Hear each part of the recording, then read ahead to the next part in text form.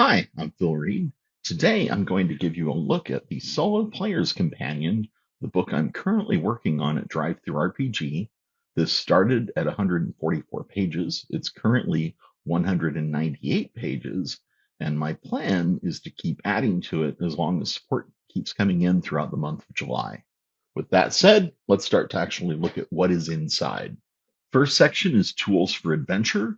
This is similar to the same section you would find in my Solo Tools Expanded book, except it's completely new content. For example, I was asked about why I didn't include more prompts in the Solo Tools Expanded book, and I didn't because I didn't realize there was a demand for more. Since now I know, I've added new noun prompts, new verb prompts, and I also added a smells like, tastes like, a color prompt, and a time of day. After that, I've added a new alternate adventure generator because this was quite popular in the Solo Tools Expanded book, and I know that people can always use more ideas when it comes to the solo sessions. And the way this works is you will roll on the when you table, and then you will roll on the you are approached by, which is two rolls, a character and who is. Then they offer you.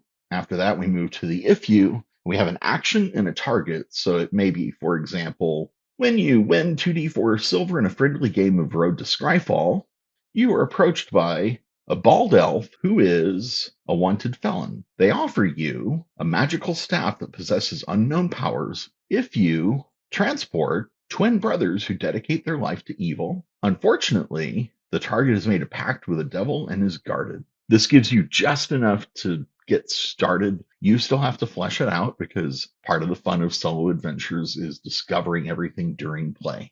After that, we get more inspiration tables. These are similar to tables you will find in the core rules and in Solo Tools Expanded, except they're different. We move on to urban adventures. First part is settlement events. This is a d20 roll of things that may have happened or could happen in a community, and each entry has actually two choices to it. So, for example, if we roll a 16, fire. A rampaging demon attacked the settlement last week. In the battle, the fiend unleashed an army of fire elementals that caused significant damage to most of the community. The threat may be over, but the challenge of rebuilding has only just begun. So what could be happening there is you show up and the place is kind of in ruins. They need help building. They may need supplies. Maybe the demon is still out there somewhere and they need somebody to go deal with it. The other option in under fire here is a recent volcano eruption burned over half of the settlement to the ground. Even as the residents work to rebuild their homes, the volcano grumbles, threatening to erupt again. This one, you could be there to help maybe transport people away from the town or the village. Maybe it's being destroyed and all they need to do is escape, or maybe they need someone to go to the volcano and take some sort of action that will then stop the eruptions and save everyone. Then we have D100 Marketplace Street Cries, which this, I'll admit, was just me having a lot of fun. And the idea here is you can roll on this table, and I give you some suggestions for how many times to roll based on what sort of settlement size you're in. And these are just things you might hear, and some of them could even lead to an encounter. They could lead to an adventure. So, for example, we have I'll give good coin to hear tales of your adventures. Share your experiences with me, and you'll walk away with the satisfying jingle of fresh gold in your pocket. Maybe this is a traveling bard who's looking for some new inspiration, or maybe it's someone wealthy who wants to claim they're an adventurer, but they're too cowardly to go out, so now they're going to buy your stories, which I'm immediately thinking of Seinfeld, and you know, you know. But there are D100 of these, and some of them are a little silly, some are far more serious. These are just there to add some more ideas and flavor to your game. We move on to D20 Merchants, which is just people you may meet. So you may meet Sam Eichmann. He tries to pass off used goods as new. After that, we have more tavern generator tools. Again, these follow the same model found in the core book and Solo Tools Expanded. We have another Stranger in the Corner is table. We have the Road to Scryfall game. So if you're familiar with various public domain dice games, you'll recognize this as my take on the Going to Boston dice game. Then we have more shop generators. We have D12 market stalls to close out the urban section. And these are just some little locations that you can drop into the market in your city. And it might give you some ideas, or it may just make for a nice distraction. After that, we move on to wilderness adventures, where we have D10 visual points of interest. And what I've done here is created a series of different places that you might encounter while you're doing a hex crawl. Each one has a description, an illustration, and then some ideas on what happens when you start to explore the location. We have a settlement names table, and one of the things I wanted to add was just the idea that just because it says, for example, Sinner's Paradise is a city, it doesn't have to be. And what I wrote here is, of course, just because a name is listed under one settlement size doesn't mean you can't use it elsewhere. A hamlet named Sinner's Paradise conjures up different images than a city with the same name. In one, the hamlet, the community is a close-knit band of thieves and liars who are out for themselves. In the other, the city, it is no single collective of criminals seeking to take advantage of visitors, but instead several groups competing over each and every stranger with a heavy purse and a thirst for debauchery. As with everything in this book, use these as you wish. Also, you'll see here there's a couple places where I need to tweak the text, which is part of the reason to take this month to keep working on and building the book, because it gives me the opportunity to look at it while you're looking at it, and I can catch these stupid little mistakes that I make. And I will fix those now that I've made a note.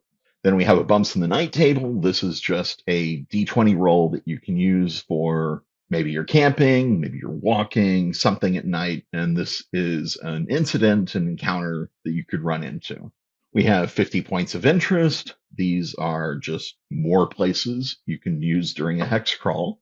Then we get into the Serpent's Tooth. In the Solo Tools Expanded book, I included 2 hex crawls and 3 villages. So far in the Solo Player's Companion, I've included this town, which is quite detailed relative to the others. I think this takes a total of 18 pages. And what this does is present an adventuring location that you could either visit during a campaign or you could use as a starting point for your campaign.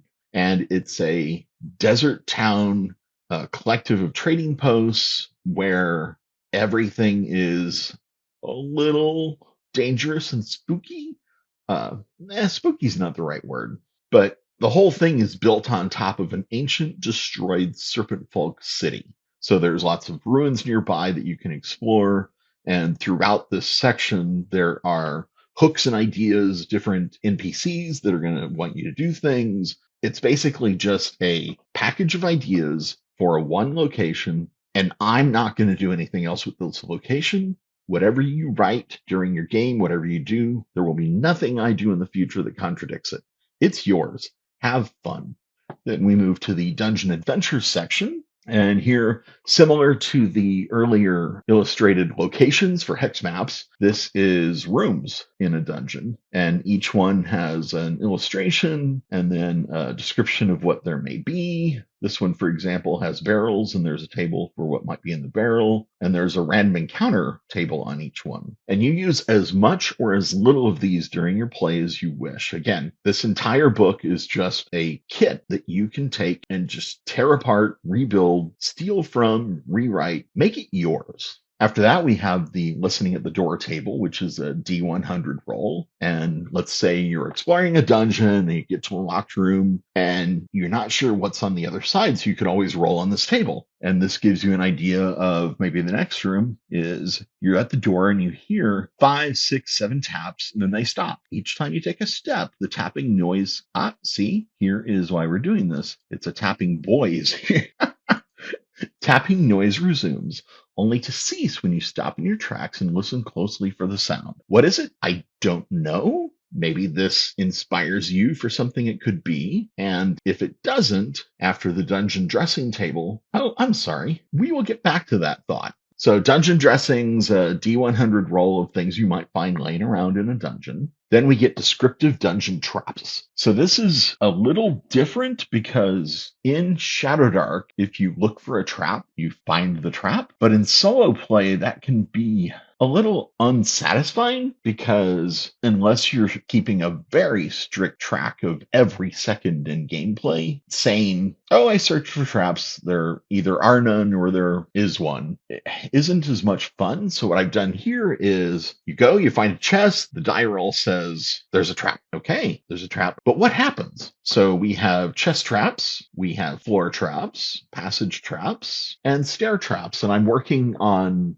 statues and walls, and I may have a few others. But what happens is you roll on this table, and what you do is you roll 1d4 and you add your levels. So let's say we're at a door and it's trapped. So we will find the door section. Let's say I'm level 2 and I roll a 3. So we've got a 5. As you grasp the handle, you hear a bizarre clicking sound coming from within the door itself, and then a loud banging from somewhere in the ceiling above you. DC 9 Dex. So now you would roll that, and if you succeed, you recognize the danger in time to move aside before the ceiling opens and releases an ochre jelly that now blocks the door. But if you fail, the ceiling opens suddenly, dumping an ochre jelly that almost lands on you. The monster surprised you, granting it advantage on a single attack before the combat is truly underway. These traps are just meant to give you some surprises, a little bit of narrative. They're not hugely complicated traps, but I hope you find them entertaining. And then after that, what I was saying earlier about the tapping sounds and what is it, you could use the Dungeon Dwellers table, D100 roll, and maybe you roll it's a thief dragging a very heavy chest. So then the tapping we heard could have been him maybe trying to get into it, or maybe picking it up and then dropping it, and it's just like maybe a thud, thud, thud. You have to put these pieces together and come up with your own story. That's the whole point of solo RPGs at this point for narrative play. We move on to monsters and NPCs, which we have another names and faces table. Then we have NPC career, goal, personality. And at the moment, this is the only subsection in the NPCs and monsters section of the book. But I have some more that I'm working on. I've got a villain idea I want to drop in, but we'll just see. We'll see how it goes over the next few weeks before the end of the month. And then our last section of the book is Treasures, Mundane and Magical. We have new treasure tables, including there are 2 items in here that are spread out. So you may find just pieces of thing, but if you find them all, then it opens up something different for your game. We have a section for random books. We have this visual treasure table. We have a magic items by type, which is a list of magic items from the core game, this book, the Unnatural Selection book, and the GM's Companion for Shadowdark. And when I say this book, I say that because we also close with more magic items. Now, if you've already bought my enchanted or ensorcelled loot decks, you're going to recognize almost all of these. I've had a few requests come in for converting that material to a book form, and this felt like a good place to put it. But in the process, that required me to add some more new magic items. So it's not 100% reprinted from those card decks, but the majority is from those card decks. And as I said, that brings us to 198 pages. I am still working on the book. You can find a link in the description, and I hope you'll check it out today. Thank you.